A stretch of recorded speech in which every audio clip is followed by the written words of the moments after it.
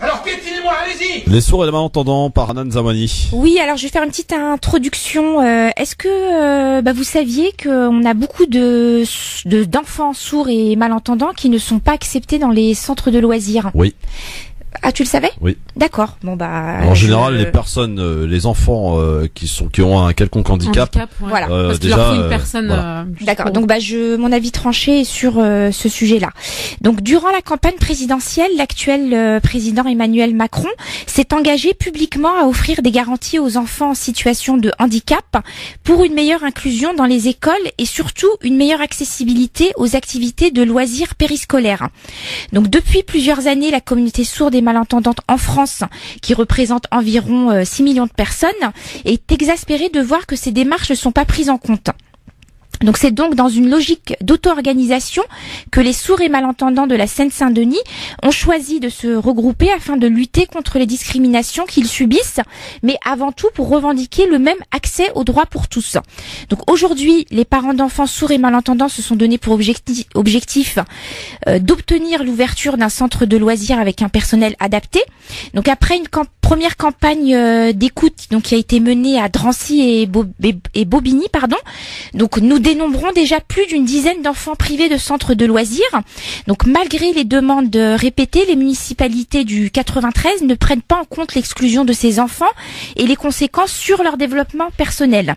Donc pour lutter contre l'état de ségrégation, le mot est fort, mais c'est vraiment ça. Donc la ségrégation, c'est exclure en fait un groupe pour sa race, son origine, sa position sociale. Donc là, la position sociale, c'est son handicap. Donc pour lutter contre l'état de ségrégation à l'égard de cette communauté, donc les sourds et malentendants de Seine-Saint-Denis ont choisi de mener une action en 10 étapes, dont une pétition. Donc que je viens de vous lire.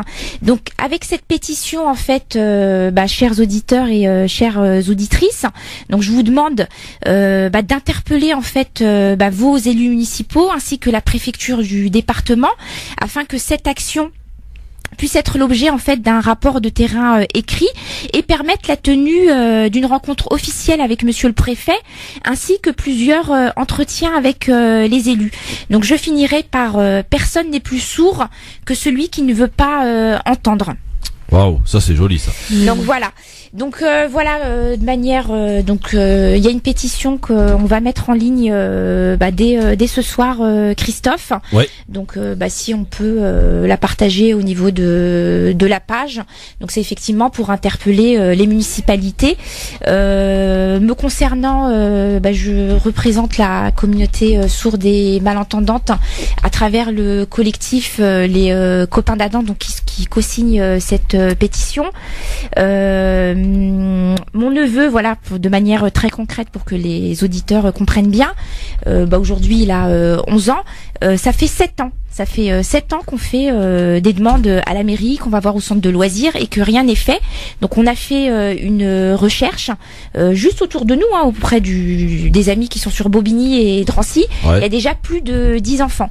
Donc voilà. Donc je pense que on a commencé à avoir des retours au niveau de Villepinte, il y en a déjà 3-4, donc ils viennent s'ajouter à ces 10. Et puis ça va grandir. Donc l'objectif c'est que vraiment cette communauté en fait apprenne à s'auto-organiser. Puis comme tu l'avais dit en fait Christophe, il y a un problème, auto-organisez-vous, mobilisez-vous, il y a les pétitions, interpellez vos élus et faites bouger les choses. Donc je vous demande de nous aider tout simplement. Très bien, merci beaucoup Hanan, j'espère que l'appel sera entendu. Oui, et si toutefois des auditeurs ou auditrices connaissent dans cette situation, évidemment qu'ils nous appellent pour faire part de leur témoignage au 01 40 33 9000.